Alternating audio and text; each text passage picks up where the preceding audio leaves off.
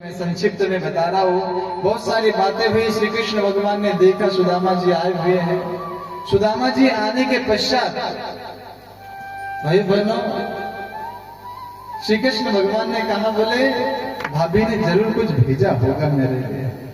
दुर्दशा देखिए, एक ही धोती है, एक ही धोती पर सुदामा जी कुछ धोती का कुछ भाग नीचे लपेटा है, कुछ भाग ऊपर लपेटा है, आंखें अंदर धस गई है, चेहरे पे झुर्रियां आ गई है, पैरों में छाले आ गए हैं, न जाने कितने दिनों से भोजन नहीं किया है। लेकिन श्री कृष्ण भगवान क्या कहते हैं, बोले भाभी ने मेरे लिए जरूर कुछ भेजा होगा।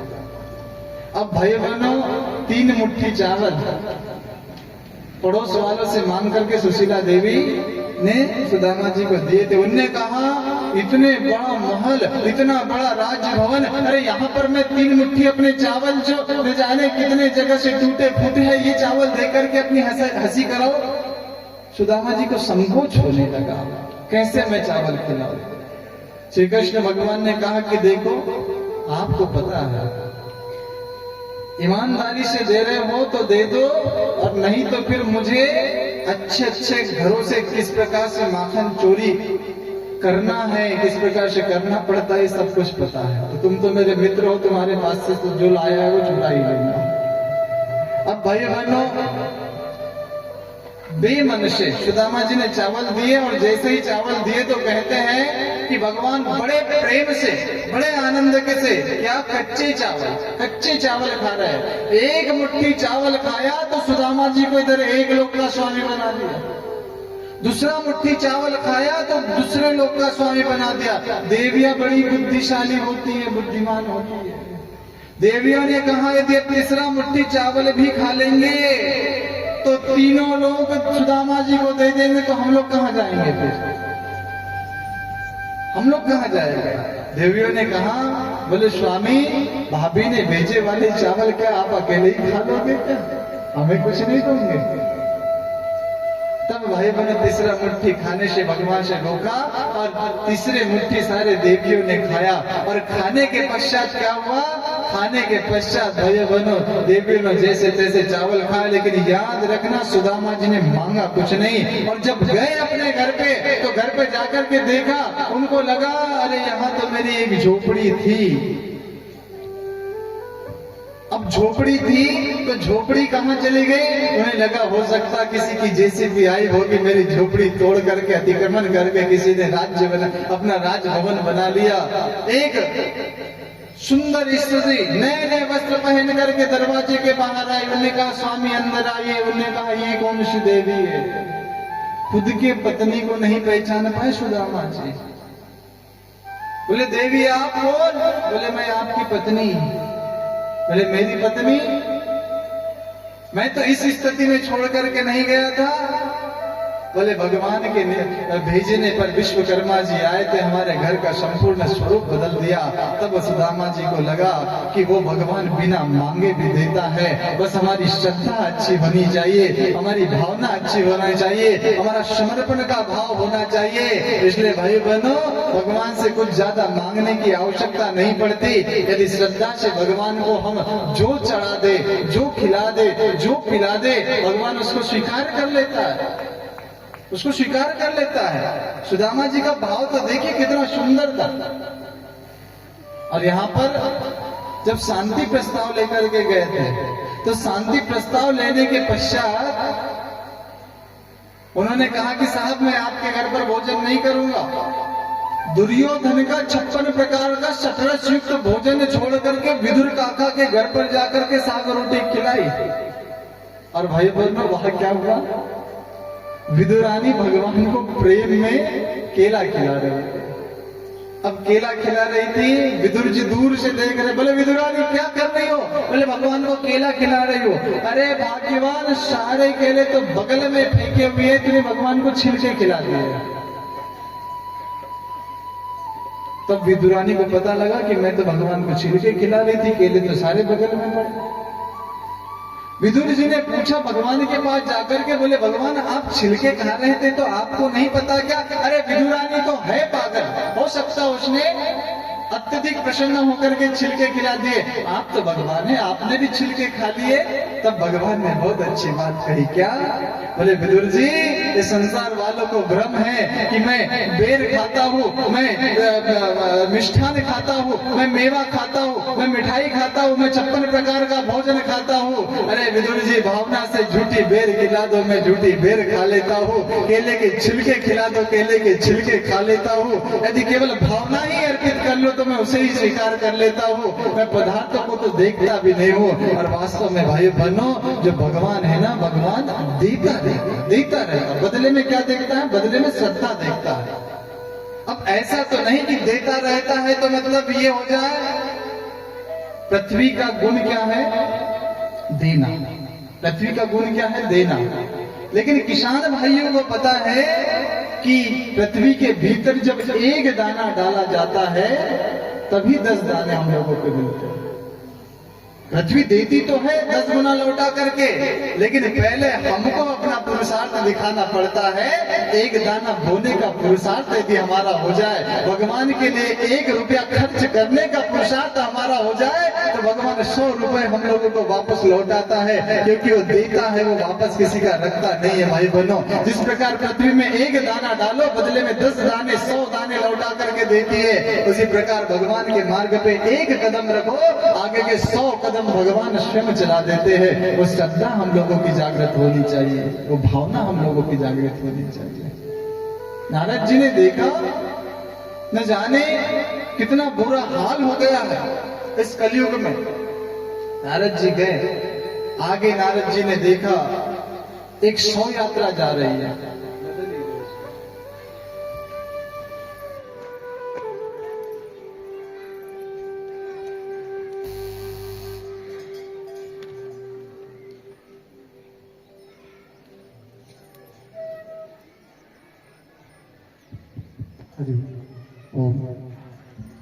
बोलिए पावन प्रज्ञा पुराण की। नारद जी ने क्या देखा भाई बोलो? नारद जी ने एक 100 यात्रा देखी। और जब एक 100 यात्रा नारद जी ने देखी तो उन्होंने कहा कि मृत्यु तो सुनिश्चित अटल सत्य है, किसी की भी हो सकती, बच्चे की भी मृत्यु हो सकती, युवा की भी मृत्यु हो सकती, बूढ़े की भी मृत्यु हो सकती है। लेकिन एक युवती की 100 यात्रा वहां से जा रही थी। अब जब एक युवती की 100 यात्रा वहां से जा रही थी तो नारद जी ने देखा कि उस 100 यात्रा में 2 पुरुष और एक महिला, इनको हथकड़ी लगी हुई थी। हथकड़ी लगी हुई थी। नारद जी की ये बात समझ में नहीं है। नारद जी ने कहा कि मृत्यु तो सुनिश्चित अटल सत्य है, किसी की भी हो सकती है, लेकिन 2 पुरुष और एक महिला को हथकड़ी लगी है। नारद जी ने किसी से पूछा, भैया क्या बात है? तो उन्होंने कहा कि बोले क्या बताए पंडित जी, 1 महीना भी नहीं हुआ, ये जिसकी अर्थी जा रही है, जिसकी 100 यात्रा हो रही है, 1 महीना भी नहीं हुआ, इसका विवाह हुआ, हाथों की मेहंदी भी अभी नहीं मिटी है। तो क्या हो गया ऐसा? बोले ससुराल वालों ने दहेज की प्रताड़ना में, दहेज मांगने के चक्कर में इसे जिंदा जला दिया। बोले जिंदा जला दिया? बोले लड़की के माता पिता गरीब थे, जैसे तैसे उन्होंने पैसा जमा करके बिटिया का विवाह किया था, लेकिन बदले में ये लड़के वाले दहेज मांगने लगे। उनके पास में देने के लिए नहीं था। जो विवाह किया था उसी का कर्जा खत्म नहीं हो रहा था, दूसरा कर्जा लेकर के कैसे दहेज देते। जब दहेज देने से इनकार कर दिया बेटी वालों ने, इस ससुराल वालों ने क्या किया? इस ससुराल वालों ने बिटिया को जिंदा जला दिया। भाई बहनों, इस कथा में हम लोग आए हुए हैं, एक संकल्प लेकर के जाने की आवश्यकता है। अपने बेटे बेटी को विवाह करना है, बहुत अच्छी बात है, लेकिन बिना दहेज के विवाह करना है। बिना दहेज के विवाह करना है। क्यों बिना दहेज के विवाह करना है? वास्तुशास्त्र ज्योतिष कहता है कि लोहे का दान करने से शनि का विग्रह टल जाता है। लोहे का दान करने से शनि का विग्रह टल जाता है। अब आप ईमानदारी से बताना, जो दहेज में हम लोग जितना भी सामान देते हैं अधिकांश काय का रहता है? काय का रहता है? लोहे का ही रहता है। गोदरेज काय की? लोहे की। गाड़ी घोड़े जितना भी है ये काय का रहता है? लोहे का ही रहता है ना। तो जिस कन्यादाता ने अपनी कन्या का दान किया, बदले में दहेज दिया, उसके घर का शनि का विग्रह तो टल गया, लेकिन जिस लड़के वाले को अपने घर पर लक्ष्मी को लेकर के आना था, तो लक्ष्मी को लेकर के आया तो सही, लेकिन साथ में शनि को भी लेकर के आ गया, क्योंकि जिसने शनि का विग्रह दे दिया, अपनो शनि का विग्रह कौन? लड़का वाला अपने घर पर लेकर के आ गया। अरे लक्ष्मी को लाना था। और विचार करके देखिए भाई बहनों, क्या हो जाएगा 1 लाख 2 लाख 3 लाख रुपए का दहेज आप अपने घर पे रखी लोगे तो? भगवान ना करे किसी के साथ में ऐसा हो, और वो पैसा जो 1 लाख 2 लाख 3 लाख का जो दहेज आप लोगों को मिलता है, वो कभी भगवान ना करे डॉक्टर की जेब में चला गया तो? भगवान ना करे वकील के जेब में चला गया तो? भगवान ना करे पुलिस वाले की जेब में चला गया तो? भगवान से प्रार्थना करे, हे भगवान मुझे दहेज नहीं चाहिए, बस मैं पूरे परिवार की समुन्नति और उत्तम स्वास्थ्य की प्रार्थना आपसे करता हूँ। जब ऐसे भय आदर्श विवाह होने लगेंगे तो निश्चित रूप से हमारे घर पर जन्म लेने वाले बेटे रामकृष्ण गौतम गांधी जैसे महापुरुष बनेंगे। आज तो बेटे धुंधकारी जैसे पैदा हो रहे हैं, आज तो बेटे भस्मासुर जैसे पैदा हो रहे हैं, आज तो बेटे रावण के जैसे पैदा हो रहे हैं, आज तो बेटे कंस के जैसे पैदा हो रहे हैं। वो क्यों हो रहे हैं? उसका कारण पता है? उसका कारण यह है कि जब हमने विवाह अपने बेटे बेटियों का किया, उसका चलन बदल गया, उसकी परंपरा बदल गई। कैसे परंपरा बदल गई? एक बात बताना आप लोगों ने, हम अपने बेटे का बारात निकालते हैं, बारात ले जाते हैं, 20-20 लाख और 30-30 लाख की कार में बैठ करके बेटा वहां तक जाता है ससुराल में। न जाने उसके भेजे में ऐसा कौन सा ज्ञान आ जाता है कि गाड़ी से उतर करके एक घोड़े पर अर्थात जाकर के एक जानवर पर बैठ जाता है। हमने आदर्श विवाह शांति कुंज में हम लोगों ने देखा किस प्रकार से होते हैं। हम लोगों ने उसका अभ्यास किया, उसकी ट्रेनिंग ली है, लेकिन कहीं कोई क्रम नहीं है कि साहब घोड़े पर बैठना ही पड़ेगा दूल्हे को, कोई क्रम नहीं है। तो क्यों बैठते होंगे? वो इसलिए बैठते थे कि जब पहले राजा महाराजा स्वयंवर जीतने के लिए जाते थे, तो भाई बहनों जब स्वयंवर होता था तो इस देश का राजकुमार उस देश की राजकुमारी का स्वयंवर जीतने जा रहा है, तो घोड़े, हाथी, सैनिक, पैदल सब अपना पूरा शौर्य लेकर के जाता था। क्यों? क्योंकि शौर्य प्रदर्शन होता था, शक्ति का प्रदर्शन होता था। और भाई बहनों शक्ति का प्रदर्शन आज के दूल्हे राजा का कैसे शक्ति का प्रदर्शन हो रहा है आप लोगों को पता है? अरे पहले के राजा महाराजा बड़े क्षमतावान होते थे, बलवान होते थे, एक छलांग पे घोड़े पे बैठ जाते थे और घोड़े भी इतने शक्तिशाली होते थे। भाई बहनों की क्या बताए, आज के जो दूल्हे राजा है ना, 4 व्यक्ति लेकर के तो उनको घोड़े पर बिठाते हैं, और 4 व्यक्ति घोड़े पर बिठाते भयंकर आतिशबाजी करते हैं। किसी गरीब बच्चे को यदि हम लोग कहें कि बेटा उसके पास में पैसे नहीं, 5000 रुपए उसकी फीस दे देना, वो परीक्षा में बैठ जाए, पैसा देने के लिए नहीं है, यहाँ पे 5-5 हजार का एक फटाका फोड़ रहे हैं, और फटाके का कोई सुमधुर संगीत नहीं निकलता है जो करने प्रिय वो कानों को बहुत अच्छा लगता है, धड़ से फूटता है। जैसे क्या आनंद मिल गया फटाके फोड़ने में? कोई आनंद मिला? और बदले में ऐसा नहीं है कि वहां सुगंध निकलती है, खुशबू बिखेरती है, लगाई आग भागता है व्यक्ति 10 हाथ दूर। किस चलन में आ गए? बताते हैं जो फटाका फूट रहा है ये 3500 रुपए का है। क्या कर रहे हैं 3500 का फटाका फोड़ करके? विचार करने योग्य बात है, विचार करने योग्य बात है। इस बात पर हम लोगों का चिंतन दौड़ना चाहिए। हम लोग भाई बहनों बड़े बड़े पंडितों के पास में जाकर के पोथी पंचांग मिला रहे हैं, बेटे बेटियों के गुण मिला रहे हैं, दोष मिला रहे हैं, और हम लोग कहते हैं, क्या कहते हैं? बोले इस नाम इन सरनेम वालों का उन सरनेम वालों से नहीं जमता है ना? गुण मिलाते हम लोग। क्षमा करे भाई बहनों, भगवानों के जो विवाह हुए तब कोई गुण नहीं मिलाए गए। कहते हैं हमारे इसमें कि जो क ख ग घ वाले हैं उनका प फ ब म वालों के साथ में नहीं जमता। क्यों? क्योंकि क ख ग घ वालों का वर्ग जो है बिल्ली का आता है, प फ ब म वालों का वर्ग चूहे का आता है। तो बोले चूहे और बिल्ली की आपस में नहीं जमती, इसलिए ये रिश्ता कभी हो नहीं सकता। अब एक बात बताना आप लोगों ने ईमानदारी से, परिवार बढ़ाने के लिए ये रिश्ते होते थे, परिवार में सुख शांति के लिए ये रिश्ते होते थे। अब ईमानदारी से आप लोगों ने बताना, भगवान शंकर जी काय पे बैठते हैं? बोलिए, काय पे? अकेला व्यक्ति बोल रहा है, इतने दूर आवाज जा रही है। हाँ, सैकड़ों व्यक्ति बोल रहे हैं, हम तक आवाज नहीं आ रही है। बैल पे, नंदी पे बैठते थे, है ना? अच्छा, एक बात बताइए, माता पार्वती काय पे बैठती थी? शेर पे। अब हो सकता कहीं शादी ब्याह में भगवान शंकर जी माता पार्वती जी गए होंगे, उन्होंने पार्किंग में अपने वाहनों को लगाया।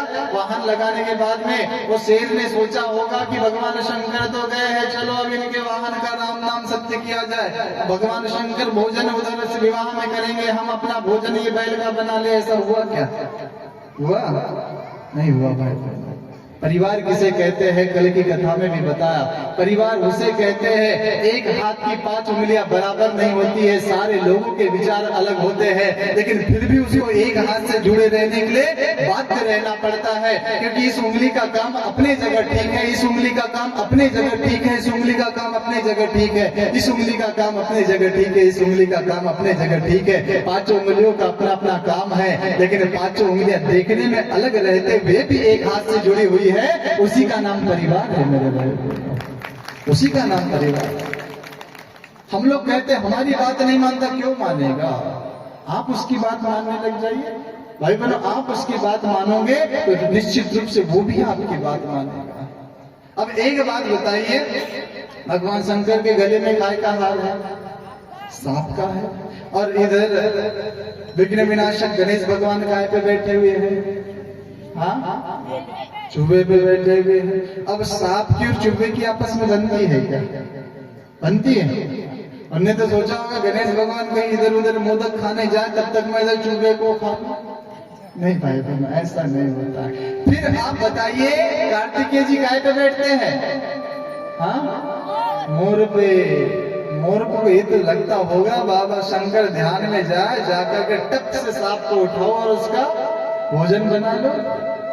भाई बहनों, भगवान शंकर जी का चरित्र उठा करके देखिए, कितनी विषम परिस्थितियों वाला परिवार है, लेकिन फिर भी दुनिया का देव परिवार कहलाता है। देव परिवार।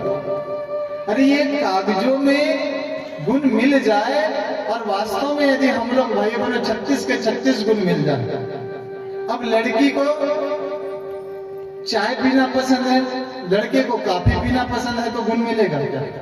वो कहेंगे मेरे लिए कॉफी बनाओ, वो बोलेंगे मैं पहले चाय बनाऊंगा, गुण मिलेगा? हाँ, लड़के को शराब पीना पसंद है, लड़की को वो पसंद नहीं है, गुण मिलेगा क्या? ये गुण मिलाइए, व्यक्तित्व के गुण मिलाइए, इंसानियत वाले गुण मिलाइए, मानवता के गुण मिलाइए। कागजों के गुण मिल भी सकते हैं, नहीं भी मिल सकते हैं। इंसान बड़ा चालाक है भाई, बोला हम देखते हैं आंखों से। बोले लड़की यदि अच्छी है तो फिर उसका नाम भी बदल देता है, नाम बदल करके उसके गुण मिला करके उसके साथ में विवाह कर लेता है। और जहां विवाह नहीं करना है, बोले गुण नहीं मिल रहे भाई बनो। गुण किसे कहते हैं पता है? गुण मिलाए जाते थे त्रेता युग में। राजा जनक की कन्या ने साफ सफाई करते करते एक हाथ से धनुष को उठा करके बगल में रख दिया था। वो सामान्य धनुष नहीं था, वो शिव धनुष था। राजा जनक ने उसी दिन संकल्प ले लिया कि जिस दिन इस कन्या का विवाह करूंगा, जिस कन्या के भीतर इतना सामर्थ्य, इतना बल, इतनी शक्ति है कि शिव के धनुष को एक हाथ से उठा करके बगल में रख सकती है, तो इस धनुष को उठा करके जो प्रत्यंचा चढ़ा दे उसी के साथ में उसका विवाह करूंगा। अर्थात जब कन्या का इतना गुण है तो उसके साथ में विवाह करने वाले का भी उस योग्य गुण होना चाहिए। उसे गुण मिलाना कहते हैं मेरे भाई, वो गुण होते थे। लगे हुए हैं ये गन आ रहा है, वो गन आ रहा है, मिलाना चाहिए भाई बहनों। हम ये नहीं कहते, मिलाना चाहिए। क्यों? वो इसलिए मिलाना चाहिए क्योंकि जो बुजुर्ग लोग बैठे हुए हैं ना, अपने बुजुर्ग लोग अपना अनुभव लेकर के बैठे हैं, उनके पास में अनुभव है। और अनुभव एक ऐसी मात्र वस्तु इस दुनिया में है जिसको जीवन जीने के पश्चात ही प्राप्त होती है। अनुभव जीवन जीने के पश्चात ही प्राप्त होती है। ज्ञान हो सकता है, अनुभव नहीं। हो सकता हम बहुत ज्यादा बोल ले, अनुभव नहीं है। अनुभव केवल जिन्होंने जीवन जिया है उन्हीं को पता है। और जब वो अनुभव की बात बताएंगे तो फिर हमें भी सुनना पड़ेगा। अनुभव की बात बताई थी जामवंत जी ने, क्या बताई थी? बोले काच साध रहा बलवाना, पवन तनय बल पवन समाना। अरे तुम्हारे भीतर वो बल है। हनुमान जी ने कहा मेरे भीतर? बोले हाँ तुम्हारे भीतर बल है। बोले क्यों? बाल समय रवि बच्चलियो तब तीनों लोक भयो अंधियारा। अरे तुम छोटे से थे, भूल गए क्या? सूर्य भगवान का भक्षण कर लिया था, तीनों लोक में अंधेरा हो गया था। देवन रानी करी विनती तब छाड़ी निवारी में कष्ट निवारो। भगवान आए, विनती करी सूर्य भगवान को छोड़ दो भैया, पूरे त्रिलोक में अंधेरा हो गया है। तब तुमने सूर्य भगवान को छोड़। अरे इतना बल रहने के पश्चात ये समुद्र क्या है? 100 योजन समुद्र तुम लांग नहीं सकते। बल जागृत हुआ, बल जागृत हुआ। बताया कि नहीं? इन्हीं अनुभवी लोगों ने, इन्हीं जामवंतों ने बताया बेटा तू ये कर सकता है, तेरे भीतर सामर्थ्य है। गांव के जामवंतों का फर्ज ये है कि जिसके भीतर बुद्धि बल विवेक सामर्थ्य दिखती है उसको आगे बढ़ाए। जब आगे बढ़ाओगे तो भाई बहनों, बालक जब आगे निकलेगा तो आपके परिवार का नाम रोशन होगा, आपके समाज का नाम रोशन होगा, आपके गांव का नाम रोशन होगा। तब भाई बहनों कहते हैं कि जब नारद जी ने इतना सब कुछ देखा तो नारद जी को बड़ी वेदना हुई। उन्होंने कहा कि अरे ये भी बात सही है कि गुण मिलाना चाहिए। द्रौपदी का विवाह हुआ था, द्रौपदी के विवाह में क्या नियम रखा था? ऊपर मछली को लटकाया गया, घुमाया जा रहा था, इधर नीचे जल में देख करके ऊपर मछली के आंख में निशाना मारना था। अब ईमानदारी से बताना भाइयों बहनों, हम लोग लकीर के फकीर ना बने। यदि अर्जुन के जगह आकर के कर्ण उस मछली के आंख में बाण मार देता तो द्रुपद राजा को द्रौपदी का विवाह करना पड़ता, नहीं करना पड़ता? भगवान राम जी की जगह यदि रावण आकर के धनुष को तोड़ देता, राजा जनक को विवाह करना पड़ता, नहीं करना पड़ता?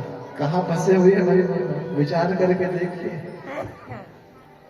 तो द्रौपदी के विवाह में बोले द्रौपदी का जन्म हवन कुंड के भीतर से हुआ है। हवन कुंड के भीतर की तेजस्विता उस स्त्री के भीतर है, तो उसका पति वही होना चाहिए जिसके दृष्टि में इतनी तेजस्विता है कि वो नीचे देखे मछली की आंख और ऊपर मछली के आंख में बाण मार सके, निशाना मार सके। उसी के साथ में द्रौपदी का विवाह होगा, दूसरे के साथ में द्रौपदी का विवाह नहीं हो सकता। उसे गुण मिलाना कहते हैं, वो गुण मिलाना है। कागजों के लिफाफे में अपने हाथों से गुण बढ़ा दो घटा दो, ये नहीं होता भाई। व्यक्तित्व के गुण मिलना चाहिए, जीवन के गुण मिलना चाहिए। नारद जी ने जब वो घटना देखी कि यहाँ कोई स्त्री को जिंदा जलाया जा रहा है दहेज की प्रताड़ना में, अरे विवाह हो भी रहे हैं तो राक्षसी विवाह हो रहे हैं, नाच गाना खूब हो रहा है, खूब तमाशा हो रहा है। भाई बहनों, आप सभी को पता है विवाह तब तक संपन्न नहीं होता। ये पंच तत्व जो साक्षात भगवान का रूप है, एक तत्व वहाँ विराजमान रहता है, एक तो कलश और दीपक वहाँ पर विराजमान रहता है, 9 ग्रह वहाँ पे स्थापित रहते हैं। उसके बाद में हवन कुंड जो अग्नि की साक्षी में वर वधू वहां से परिक्रमा लगाते हैं, भंवर लगाते हैं, और तब जाके फिर परमिशन मिलता है कि हाँ अग्नि के साक्षी में वर वधू ने प्रतिज्ञा ली है कि आज से पति पत्नी हो गए। और उसके बाद में जब वो पति पत्नी हो जाते तब लोग हमको आशीर्वाद देने के लिए हम लोगों को अवसर मिलता है। हम लोग अभी शादी ब्याह में जाते हैं, शादी ब्याह में जाने के बाद में शुभ लगना सावधान किए, माला डाली, माला डालने के बाद में भी शादी नहीं हुई है। बोले हमारे पास में टाइम नहीं है, तुरंत जाकर के उनको जो भी देना है भेंट देते हैं और चले जाते हैं। किसकी शादी लगाई तुमने? पति पत्नी तो हुई नहीं। और जहाँ विवाह होता है भाई बहनों, वो भी सारी व्यवस्था बनाते हैं, लेकिन जब यज्ञशाला में जाते हैं तो पंडित जी से कहते, पंडित जी समय बहुत हो गया, आप जल्दी जल्दी मंत्र पढ़ो।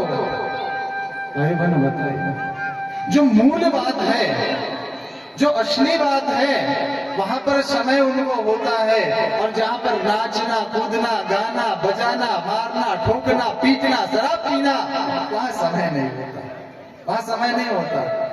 विचार करें भाई, हम ये नहीं कहते हैं कि जो नए नए इवेंट निकले हैं, विवाह एक बार होता है, कैमरों में उसकी रिकॉर्डिंग ना करे, आप अच्छे से विवाह, हम ये नहीं कहते। लेकिन भाई बहनों, जो मूल की बात है उसको भी ध्यान देना आवश्यक है। संकल्प लेना है, यहाँ से संकल्प लेकर के जाएंगे। कौन सा? कि हमारे बेटे बेटी का विवाह हम मंगलाष्टक हो गए, मंगलाष्टक के बाद में मेहमान चाहे कुछ कहे, क्योंकि भाई बहनों आप लोगों को पता है जब लड़का लड़की के जीवन में कष्ट आता है तो 6 लोगों को समस्या होती है।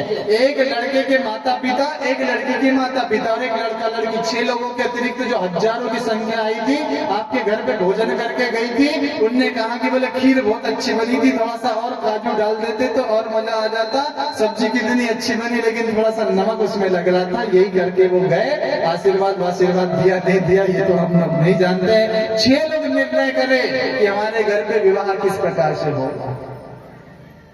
आदर्श विवाह होता है, सभी प्रकार की देव शक्ति वहां पे उपस्थित होती है, देव शक्तियों का आवाहन होता है, उनके उपस्थिति में विवाह संपन्न होता है। मंगलाष्टक के बाद में लड़का लड़की भाई बहनों मंच से उतार करके जाकर के सबसे पहले अग्नि की भोर लगाते हैं, फेरे लगाते हैं, संकल्प लेते हैं और संकल्प लेने के पश्चात वो वास्तव में वर वधू होते हैं। उसके पश्चात विवाह संपूर्ण होता है भाई बहनों, उसे आदर्श विवाह कहा है। और यदि आज हम लोग इस पर ध्यान नहीं देंगे तो निश्चित रूप से हमारे घर पे जन्म लेने वाले बेटा धुंधकारी जैसे और भाई बहन भस्मासुर जैसे पैदा हो गए। तो नारद जी के मन में क्या आया? नारद जी के मन में आया कि इस दहेज ने न जाने कितने लोगों का जीवन बर्बाद कर दिया। इसलिए नारद जी के मन का भाव था कि इस दहेज ने ही फैलाया भारी अत्याचार है, इस दानों को मार भगाओ। यह समाज का भाव है, यह समाज का भाव है। इस दहेज ने ही फैलाया भारी अत्याचार है, इस दानव को मार भगाओ। यह समाज का भार है, यह समाज का भार है, यह समाज का भार है। इस दहेज ने ही फैलाया भारी अत्याचार है, इस दानव को मार भगाओ।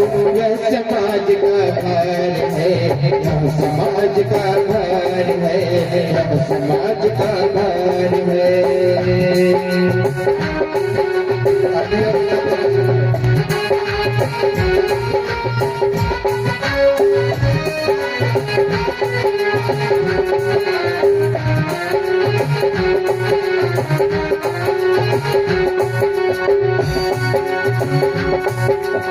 पुत्र जन्म लेते ही घर में लहर खुशी की छा जाती, पुत्र जन्म लेते ही घर में लहर खुशी की छा जाती। लेकिन कन्या इस धरती पर एक समस्या बन जाती, लेकिन कन्या इस धरती पर एक समस्या बन जाती। कैसे हाथ करेंगे पीले यदि अभाव घर में धन का, कैसे हाथ करेंगे यदि अभाव घर में धन का। धनवर दोनों की बचाई रस समोसे जीवन का, धनवर दोनों की बचाई रस समोसे जीवन का, रस समोसे जीवन का। बात से जुड़ो की नकली बुद्धि, बात से जुड़ो की नकली बुद्धि, हजार है इस दानव को मार भगाओ। यह समाज का भार है, यह समाज का भार है। दहेज ने ही फैलाया भारी अत्याचार है, इस दानव को मार भगाओ। यह समाज का भार है, यह समाज का भार है, यह समाज का भार है।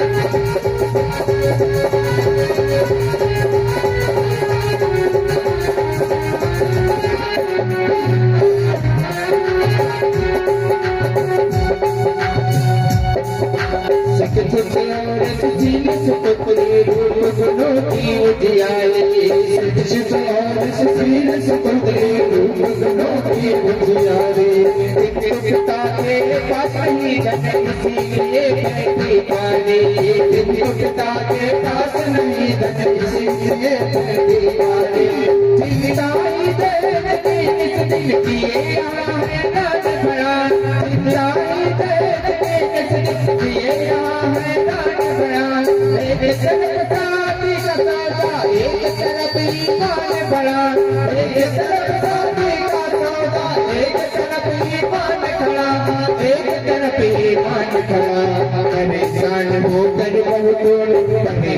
होकर बहुतों छोड़ दिया संसार है इस दानव को मार भगाओ समाज का भार है समाज का भार है समाज का भार है इस दहेज देने फैलाया आदि अत्याचार है इस दानव को मार भगाओ समाज का भार है समाज का भार है समाज का भार है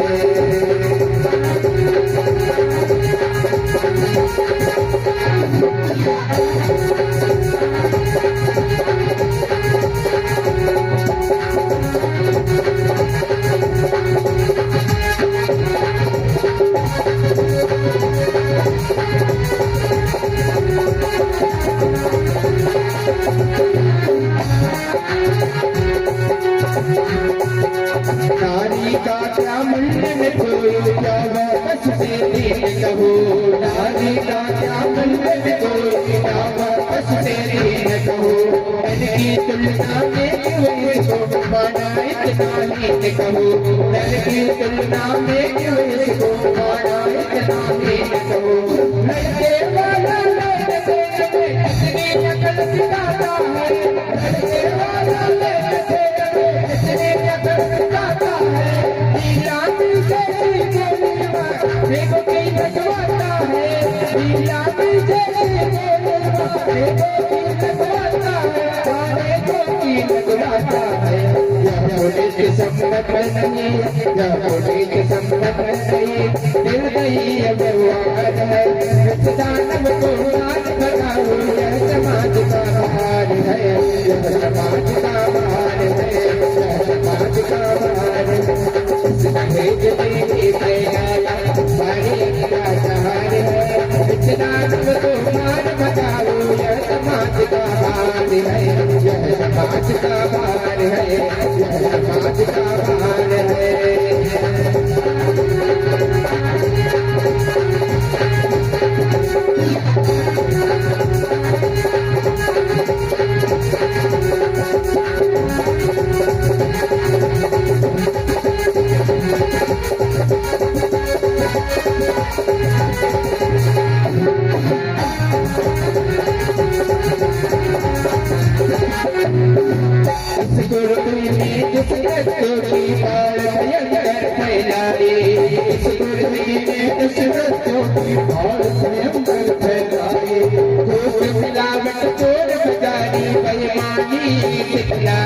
मिलावट तोड़ बजारी बेईमानी सिखलाई ओ समाज के ठेकेदारों तुम करण बन सोते हो ओ समाज के ठेकेदारों तुम करण बन सोते हो अनाचार से आग फेर कर बीज पाप के बोते हो अनाचार से आग फेर कर बीज पाप के बोते हो बीज पाप के बोते हो पैसे को भगवान बनाकर पैसे को भगवान बनाकर रचा क्रोध व्यवहार है इस दानव को मान बनाओ यह समाज का भार है यह समाज का भार है यह समाज का भार है इस दहेज ने ही फैलाया सारी अत्याचार है इस दानव को मान बनाओ यह समाज का भार है यह समाज का भार है यह समाज का भार है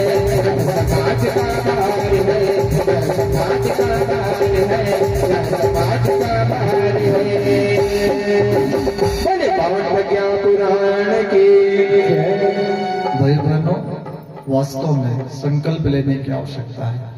संकल्प लेने की आवश्यकता है और एक आदर्श विवाह का क्रम चलाने की आवश्यकता है। लोग कहते हैं तथाकथित, हम भी उसी समाज में रहते हैं जिस समाज में आप लोग रहते हैं, है ना। तथाकथित लोग कहते हैं बोले वो आपके आदर्श विवाह में समय बहुत लगता है, विवाह में समय बहुत लग रहा है, इसलिए वो विवाह माता पिता कैंसिल कर दे रहे हैं और उसके बाद में जीवन भर साथ में रहना है उसका। कहा चिंतन खो गया भाई बहन। आप लोग संकल्प लेके जाए, क्योंकि 6 व्यक्ति के अतिरिक्त ना ही किसी को दुख होता है, ना ही किसी को सुख होता है। यदि लड़के के माता पिता ने और लड़की के माता पिता ने सोच लिया कि हमारे घर का विवाह आदर्श विवाह होगा, अर्थात वैदिक पद्धति के अनुसार विवाह होगा, तो फिर भाई बहनों कोई प्रश्न ही नहीं उठता है। जिस विवाह में 33 कोटि देवी देवता आए हुए हो, जिस विवाह में पूर्ण रूप से वैदिक मंत्रोच्चारण के साथ में विवाह संपन्न हुआ हो, भाई बहनों आप लोग विचार करके देखिए उनके घर की संतानें कैसे रहती है, उनके घर के बच्चों में संस्कार कैसे होते हैं। ज्यादा दिखावे में मत जाओ भाई, ज्यादा दिखावे के चक्कर में एक दिन खूब खर्चा कर दिया और जीवन भर कर्जा चुकाना पड़े, क्या मतलब निकलेगा। यहाँ पे मुझे नहीं पता कितने सारे लोग यहाँ पर बैठे होंगे जिनका विवाह हरे मंडे में लगा होगा। सही कह रहा हूँ बाबूजी। मंडा पहले किस लिए होता था पता है? मंडा पहले विवाह के लिए ही होता था, विवाह के लिए होता था। ये पांडाल वगैरह कुछ नहीं थे उस टाइम में। मंडल लगाया इसलिए जाता था कि यहीं पे बाराती आएगा, यहीं पे विवाह लगेगा। ठीक है, पहले बैलगाड़ियों से जाया करते थे, तब भी तो विवाह होता था। आज साधन बढ़ गए, साधन का उपयोग करिए, हम साधन के खिलाफ नहीं है, लेकिन साधनों के आधार पर हम लोग जो दुष्कृत्यों के तरफ आगे बढ़ रहे हैं, जो दुष्प्रवृत्तियों के तरफ आगे बढ़ रहे हैं, इस पर विचार करना पड़ेगा भाई, इस पर विचार करना पड़ेगा। और नहीं तो फिर एक सबसे सस्ता सूत्र बताते हैं, जितने लोग आपके आदर्श विवाह से सहमत हैं उन लोगों को आदर्श विवाह में बुलाइए, और नहीं तो फिर एक बढ़िया आशीर्वाद समारोह करवा दीजिए। जितने लोगों को आना है आओ, और आशीर्वाद देना है आशीर्वाद दो। सबसे सस्ता सूत्र। पर विवाह तो आदर्श होने चाहिए, विवाह वैदिक पद्धति वाले होने चाहिए। और जब ये होता है तो निश्चित रूप से भाई बहनों वही पति पत्नी के माध्यम से फिर संस्कारी बेटा पैदा होता, संस्कारी बेटी पैदा होती है। और संकल्प लेने की आवश्यकता है, कोई फर्क नहीं पड़ता भाई बहनों। 1-2 साल की फसल चौपट हो जाए ना, तो जितने का दहेज आया है वो सारे दहेज का हर्जाना पूरा हो जाता है। हाँ, उस परमात्मा से नाता जोड़िए, उस भगवान से नाता जोड़िए। कल की कथा में कहा था ना, बिरला जी जब गुरुदेव के पास में आए तो गुरुदेव को 11 करोड़ दे रहे थे 60 के दशक में। गुरुदेव ने बिरला जी से कहा, बिरला जी एक बात बताइए, पैसा आया कहाँ से? आज के समय में अरबों रुपया था सर, आया कहाँ से? उन्होंने कहा साहब व्यापारी आदमी हो, भगवान की कृपा है, पैसा आ जाता है। गुरुदेव ने कहा सच्चा ब्राह्मण क्या होता है, सच्चा गुरु क्या होता है? गुरुदेव ने कहा कि बोले बिरला जी, जब आप जैसे व्यापारी पे भगवान कृपा कर सकता है तो मेरा भी कोई नाता भगवान से होगा। जब मुझे धन लगेगा तो सीधा भगवान से मांग लूंगा। भाई बहनों, बिरला जी का 1 रुपया भी गुरुदेव ने स्वीकार नहीं किया, और हम जैसे गरीबों का, हम जैसे श्रद्धावानों का 1-1 रुपया सर आंखों पर रखा, और इतना बड़ा विशाल गायत्री परिवार का निर्माण गुरुदेव ने किया। भाई बहनों, इतना बड़ा विशाल। अच्छा एक बात बताइए, ईमानदारी से बताना, गायत्री परिवार नशा छोड़ने की बात करता है, आदर्श विवाह की बात। आपके घर का आदर्श विवाह हो, आपके घर पे रामकृष्ण गौतम गांधी जैसे बेटा पैदा हो, तो यहाँ से लेकर के वहां तक जितने भी भाई बैठे हुए हैं हमारे अपने गायत्री परिवार के, उनका कोई व्यक्तिगत लाभ है क्या? कोई व्यक्तिगत लाभ है? भाई बहनों, किसी का कोई व्यक्तिगत लाभ नहीं है, लेकिन गायत्री परिवार समाज को सुधार में लगा हुआ है। गायत्री परिवार समाज में व्याप्त कुरीतियों को दूर करने में लगा हुआ है। समाज की व्याप्त कुरीतियां दूर हो, यही हम लोगों का उद्देश्य है। ठीक है, एकदम से नहीं हो सकती, धीरे धीरे करने का हम लोग प्रयास करें। देवर्षि नारद ने देखा कि न जाने इस दुनिया में घूस, बेईमानी, रिश्वतखोरी, भ्रष्टाचारी, ईमानदारी से बताना भाई बहनों, कहीं पर ऐसा लिखा है क्या कि यहाँ पर भ्रष्टाचारी का ये ऑफिस है, यहाँ पर भ्रष्टाचार सिखाया जाता है? कहीं लिखा है क्या कि यहाँ पे चोरी करवाना या करना सिखाया जाता है? कहीं लिखा है क्या कि यहाँ पे रिश्वत लेना या किस प्रकार से रिश्वत लेते इसके बारे में सिखाया जाता है? कहीं कोई ऑफिस नहीं, फिर भी व्यक्ति सीख जाता है। और व्यक्ति सामान्य नहीं, पहले दिन की कथा में मैंने कहा था, चोर अनपढ़ है तो ज्यादा से ज्यादा चप्पल चुराता है, और चोर पढ़ा लिखा हो तो फिर सीधा सीधा भीख पे अकाउंट चुरा लेता है। इसलिए भाई बहनों, आज हम लोगों को आवश्यकता है कि हम सद प्रज्ञा की तरफ आगे बढ़े। आज आवश्यकता है।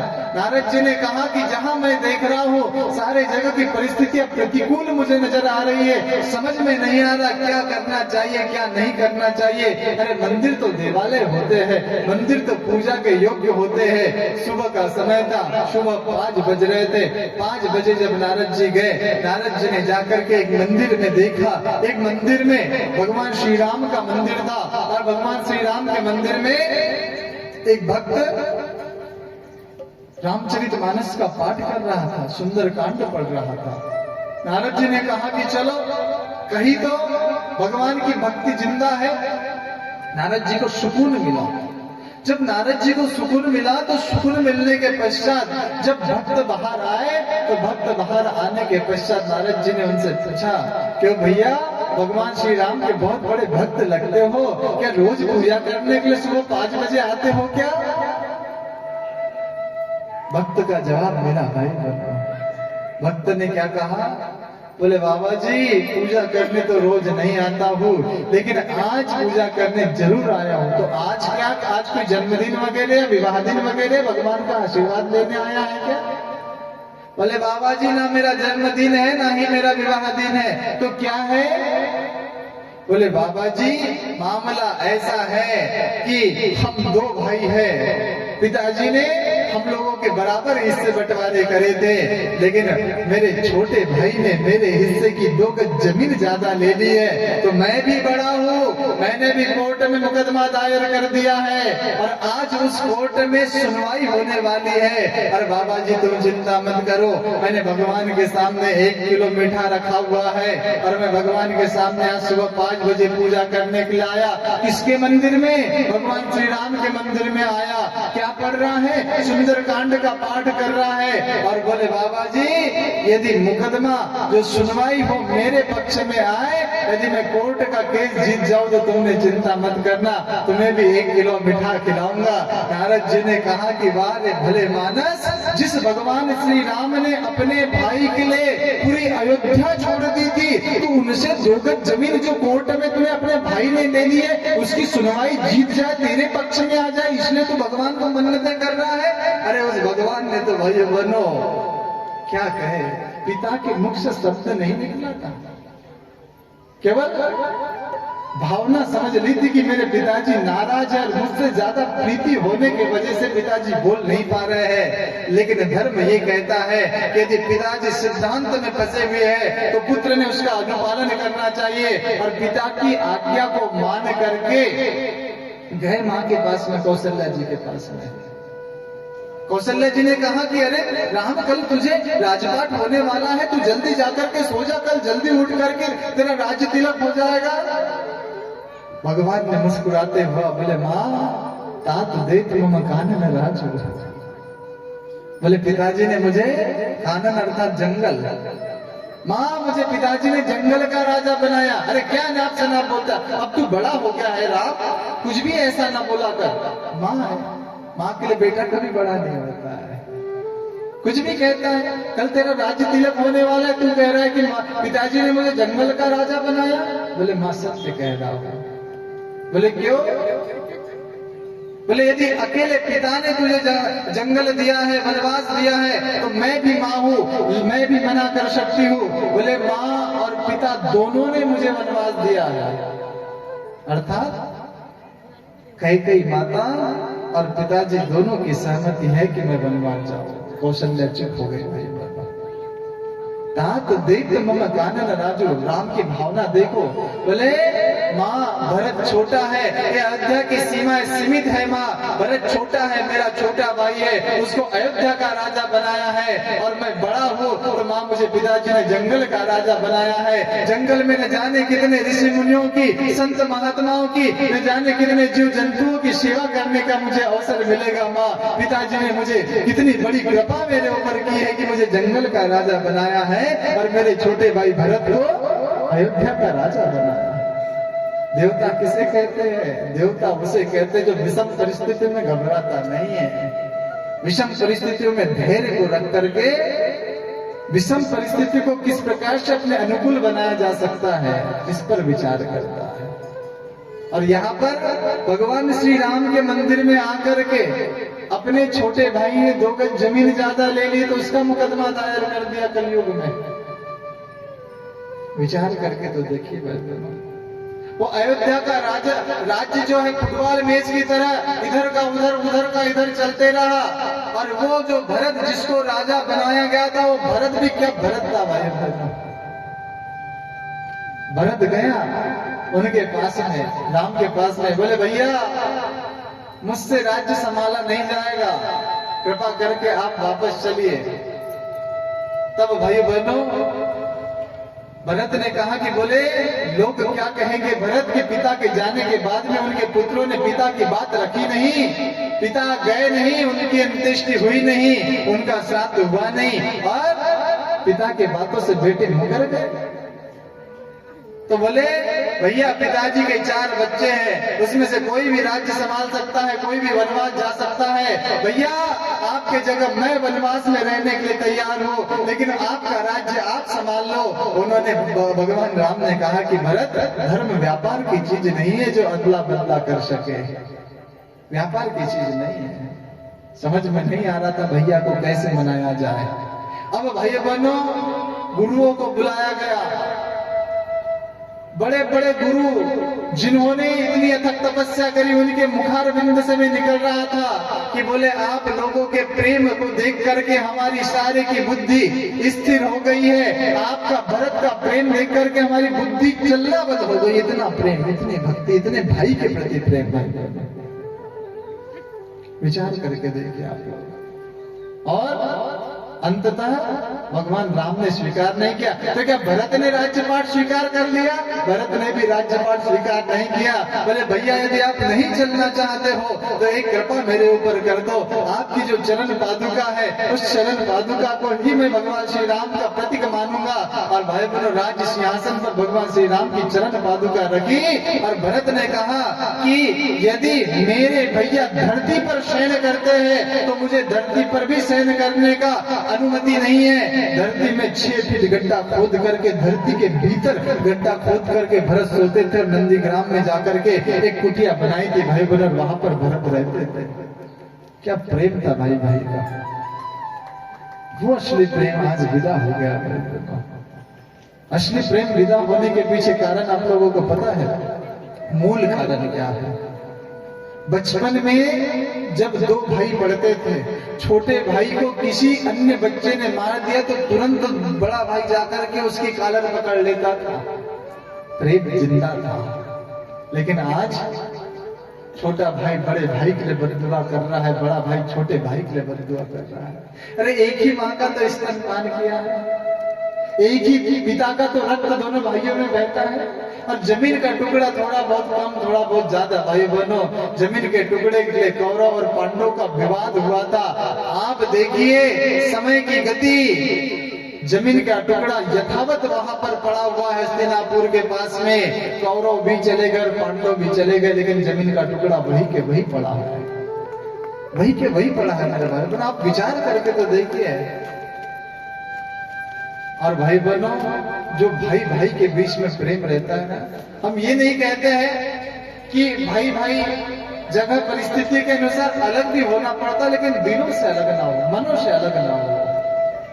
अब एक ही छोटा सा मकान है, उसमें सारे भाई तो एक साथ नहीं रह सकते हैं, अलग रहना ही पड़ेगा। परिस्थिति ऐसी है, लेकिन दिलों से दूर ना हो भाई बहनों, मनों से दूर ना हो। जब मनों से व्यक्ति दूर हो जाता है तो भाई बहनों फिर वहां पे कलह हो जाता है।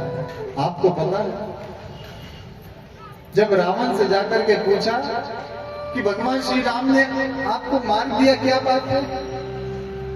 तब भाई बहनों बोले सारी बातें तो ठीक है, लेकिन सबसे बड़ी विशेषता ये है कि भगवान श्री राम का जो भाई है वो उनके लिए मरने मारने के लिए तैयार है, मरने मिटने के लिए तैयार है, लेकिन मेरा खुद का भाई मेरे साथ में खड़ा नहीं है। मेरा खुद का भाई मेरे साथ में खड़ा नहीं है। और मृत्यु का कारक कौन बनाता? यदि मूल रूप से देखा जाए तो कहां श्री राम भगवान तो नर रूप में थे, उनको कहां पता कि रावण के नाभि में अमृत कुंड है, इसको सुखाना पड़ेगा? किसने बताया? विभीषण ने। कौन था विभीषण? रावण का भाई। और यहाँ पर लक्ष्मण जी राम जी के मरने मिटने के लिए तैयार है। आज भी यदि घर परिवार में स्वर्ग लाना है, घर परिवार का वातावरण सुधारना है, तो भाई बहनों जमीन का मामले चलते जाएंगे, बनते जाएंगे, बिगड़ते जाएंगे, हमारे मनों की दूरियां कम नहीं होनी चाहिए। और एक बात बताइए, जिसके साथ में हमारा रक्त का संबंध है उससे झगड़ करके हमने 2 गज जमीन ज्यादा ले भी ली, किसके लिए ली? अपने बेटे के लिए। क्या गारंटी है कि वो बेटा हमारा भाई बहनों मृत्यु दम तक सेवा करेगा? कोई गारंटी नहीं है। इसलिए भगवान की न्याय के हिसाब से चलिए। आज हम लोग रामायण पढ़ रहे हैं भाई बहनों, अखंड रामायण रखी जा रही है। अखंड रामायण का ध्येय केवल प्रश्न पलटाना और फटाफट रामायण पढ़ लेना ये नहीं है। क्या कहा गया है? रामायण पर्याप्त न पढ़ना, उस साचे में ढलना होगा और चले राम के पद चिन्हों पर अब इतिहास बदलना होगा।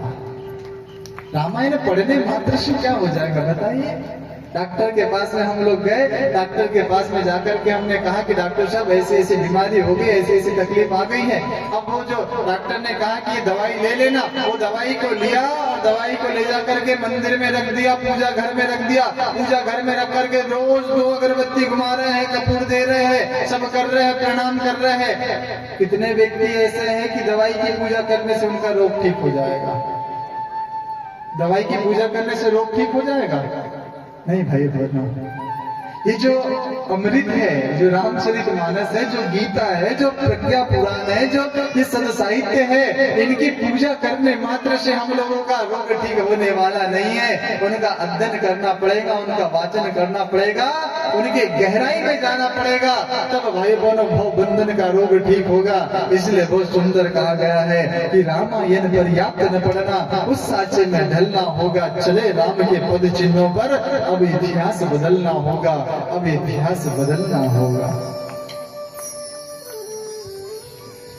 रामायण पर्याप्त न पढ़ना, उस साचे में ढलना होगा, चले राम के पद चिन्हों पर अब इतिहास बदलना होगा, अब इतिहास बदलना होगा, अब इतिहास बदलना होगा।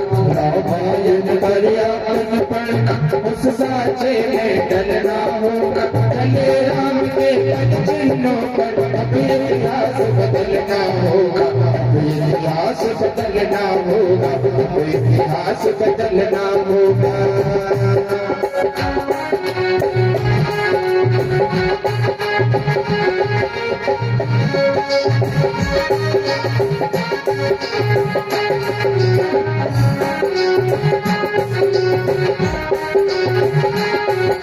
रामायण पर्याप्त न पढ़ना, उस साचे में ढलना होगा, चले राम के पद चिन्हों पर अब इतिहास बदलना होगा, अब इतिहास बदलना होगा, अब इतिहास बदलना होगा।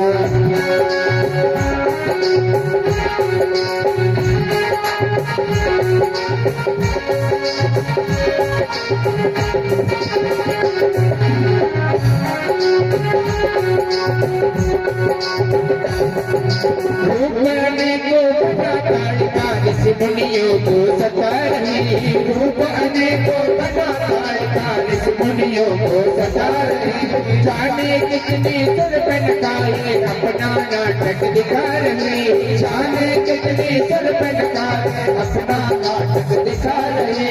कई रचनाएं मुझसे जनता नाच किया करती, प्रकट हुई जितनी कई कई जगत के बाण लिया करके अपने कहीं पत भ्रष्ट न कर दे अपने कहीं पत भ्रष्ट न कर दे इनमें प्रथम निपटना होगा चले राम के बदलने पर अपने इतिहास बदलना होगा अपने इतिहास बदलना होगा बाबायत परिवर्तन करना उस जाति में बदलना होगा चले राम के बदलने पर अपने इतिहास बदलना होगा अपने इतिहास बदलना होगा अपने इतिहास बदलना होगा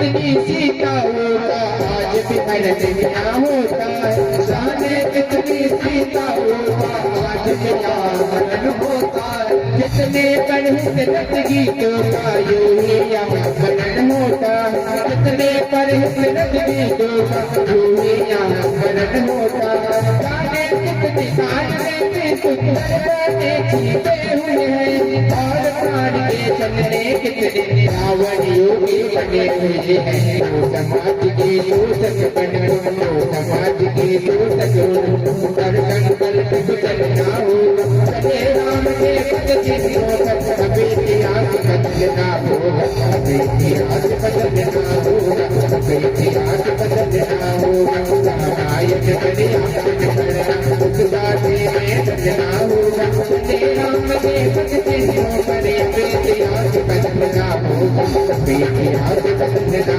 होगा अभी इतिहास बदलना होगा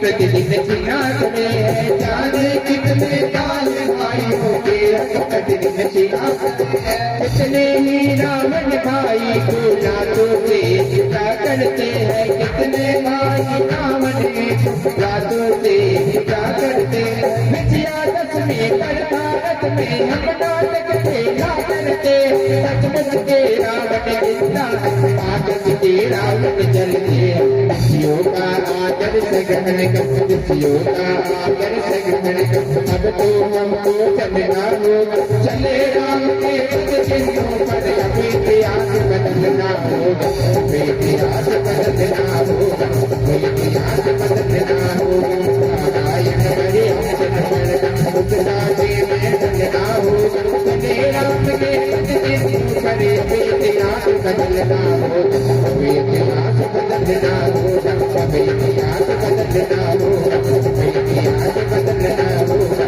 अब इतिहास बदलना होगा अब इतिहास बदलना होगा बोले पावन पुराण की जय रामायण पर्याप्त न पढ़ना उस साक्ष्य में ढलना होगा चले राम के पद चिन्हों पर अब इतिहास बदलना होगा भाई बहनों जब साक्षात भगवान श्री राम नर रूप में लीला करते हैं तो नर रूप में लीला करते हैं तो कहते हैं वन देवी एक दिन भगवान श्री राम के पास में आई पूछने लगी बोले भगवान मेरा सौभाग्य की 14 वर्ष आप मेरे गोद में रहोगे बताओ क्या सेवा आपकी मैं करूं तब वन देवी से कहा कि बोले देवी आप मेरे स्वरूप को जानती हो लेकिन एक काम करना मैं नर रूप में आया हूँ मैं पूर्ण रूप से नर रूप में ऐसा भगवान ने श्री राम ने कोई चमत्कार नहीं किया कि बादल में हाथ डाला तो स्वर्ण निकल गए धरती में से हाथ निकाला तो चांदी निकली भगवान ने कोई चमत्कार भगवान ने एक मनुष्य जैसा जीवन जीता है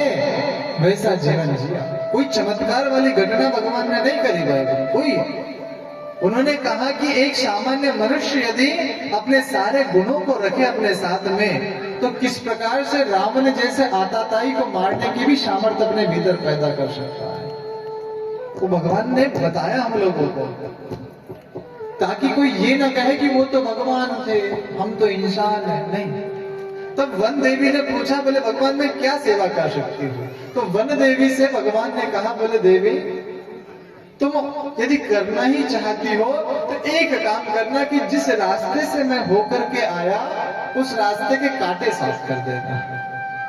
बोले भगवान आप तो आ गए, आप किसके लिए कांटे साफ करना? बोले जो मेरा छोटा भाई है ना भरत, मैं उसको जानता हूँ, वो बड़ा बावला है, और उसको जब पता चलेगा कि उसके भैया घर पर नहीं है तो जरूर मुझे ढूंढता हुआ आएगा। तो बोले आपका भाई भरत जो सेना नायक है वो इतना कमजोर है क्या जो कांटों को सहन नहीं कर सकता?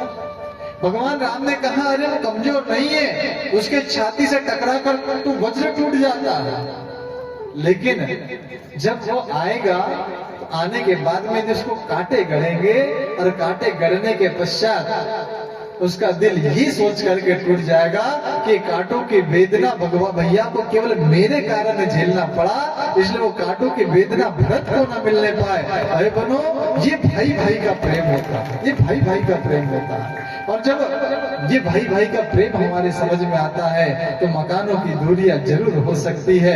एक भाई भाई बनो दिल्ली में, एक भाई मुंबई में, एक भाई कलकत्ता में जरूर रह सकता है, लेकिन दिलों की दूरियां जरूर पास में होती है। क्यों? दो व्यक्ति आपस में लड़ रहे थे, महात्मा जी को शिष्य उनके साथ जाने लगे। बोले महात्मा जी क्या पास में खड़े फिर भी इतने जमजम से बातें कर रहे, जोर जोर से बोल रहे हैं? तब महात्मा जी ने समझाया, बेटा जब दिलों की दूरियां होती है, व्यक्ति पास में खड़ा होने के बाद भी जोर जोर से बोलने लगता है, झगड़ने लगता है, और जब दिलों की दूरियां पास में होती है तो इंडिया में बैठा हुआ व्यक्ति अमेरिका वालों से प्रेम से बातें करता है। क्यों? क्योंकि दिलों की दूरियां पास में है। इसलिए संकल्प आप लोग लेकर के यहाँ से जाए। आप लोगों को देख करके ऐसा लगता नहीं कि कथा को विराम दे देना चाहिए, लेकिन 3 सत्रों में कार्यक्रम चल रहा है, समय की मर्यादा को हम लोगों को समझना पड़ता है। इसलिए समय हमारा लगभग पूर्ण हो चुका है। आप लोगों से निवेदन करते हैं कि आरती के लिए आप सभी लोग अपने यथास्थान खड़े हो जाइए। आरती के पश्चात फिर पुष्पांजलि होगी, फिर जो भी सूचना है वो आप सभी को यहाँ से प्राप्त होगी।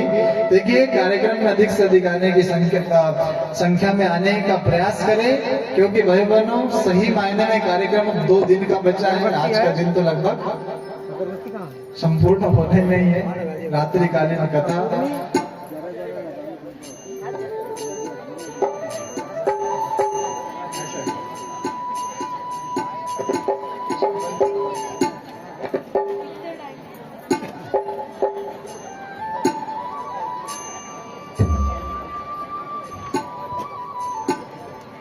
कुछ सूचना यहाँ से पहले प्राप्त कर ले, फिर आरती करेंगे।